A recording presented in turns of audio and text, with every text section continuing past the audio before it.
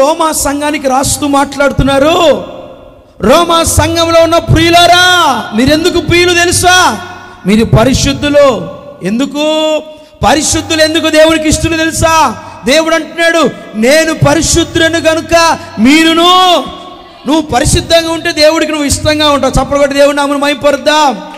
నువ్వు పరిశుద్ధంగా ఉంటే దేవునికి నువ్వు ఇష్టంగా ఉంటావు. నువ్వు పరిశుద్ధంగా ఉంటే దేవుడిని ఇష్టపడతాడు.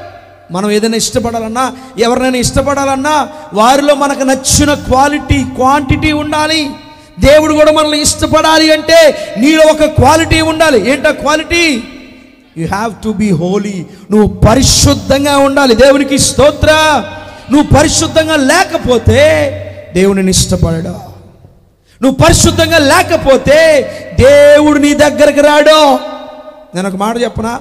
ఎవరైనా పవిత్రంగా లేకపోతే, పవిత్రంగా అంటే మంచి బట్టలు వేసుకోకుండా వాసన వస్తూ ఉంటే వాళ్ళ పక్కన కూర్చోడానికి మనం ఇష్టపడం. మరి దేవుడిని ఎలా ఇష్టపడతాడు? నువ్వు పరిశుద్ధంగా లేకపోతే. దేవుడు ఏమన్నాడు తెలుసా?